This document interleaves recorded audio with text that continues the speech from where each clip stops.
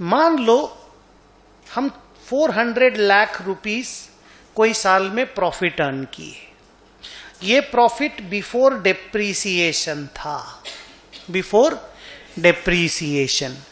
हमने एक असेट खरीदा 200 लाख का।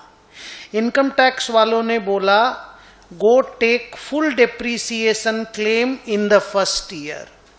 अगर पीजीबीपी पढ़ाई चालू हो गया होगा टैक्स का क्लास में, नहीं तो जब होगा तब देख के बोलना मुझे कि बहुत सारा असेट पे 100% डेप्रीसिएशन फर्स्ट ईयर में अलाउ हो जाता है। तो उन्होंने मेरे को फर्स्ट ईयर में 200 अलाउ कर दिया, तो मेरा टैक्सेबल इनकम 200 हो गया। लेकिन मेरा अकाउंटिंग इनकम में ना इस 200 का 1/10 ही डेप्रीसिएशन देना था, बिकॉज असेट का लाइफ 10 साल का है।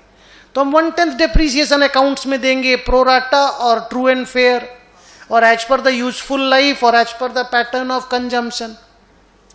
तो हमने खाली 20 का डेप्रीसिएशन दिया, तो मेरा अकाउंटिंग इनकम आया 380।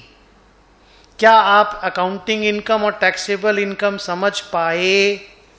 ना बोलने का तो हक ही नहीं है। जो नहीं सुना होगा वो नहीं समझ पाएगा, नहीं तो हम एकदम इजी बात बोले हैं। अभी निर्मला जी हमको क्या बोल रही है?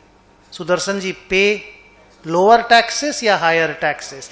देखो और देख के बोलो, पे लोअर टैक्सेस या पे हायर टैक्सेस?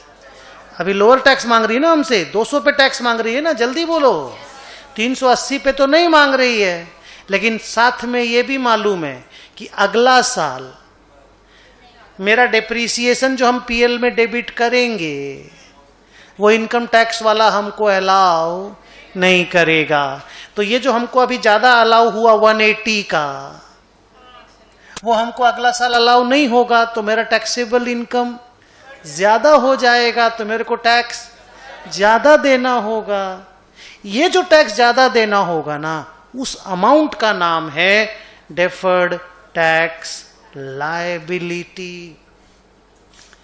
ये तभी पैदा होता है जब अकाउंटिंग इनकम और टैक्सेबल इनकम के बीच में डिफरेंस होता है, और उस डिफरेंस की वजह से हमें टैक्स कम देना पड़ता है। और हम ये अच्छे से जानते हैं कि हमको बाद में ये टैक्स देना पड़ेगा, क्योंकि निर्मला जी ने पूरा डेप्रीसिएशन हमको फर्स्ट ईयर में ही अलाउ कर दिया, जो आगे वो अलाउ नहीं करेगी। तो आगे मेरा टैक्सेबल इनकम बढ़ जाएगा, तो मेरे को टैक्स ज्यादा देना पड़ेगा।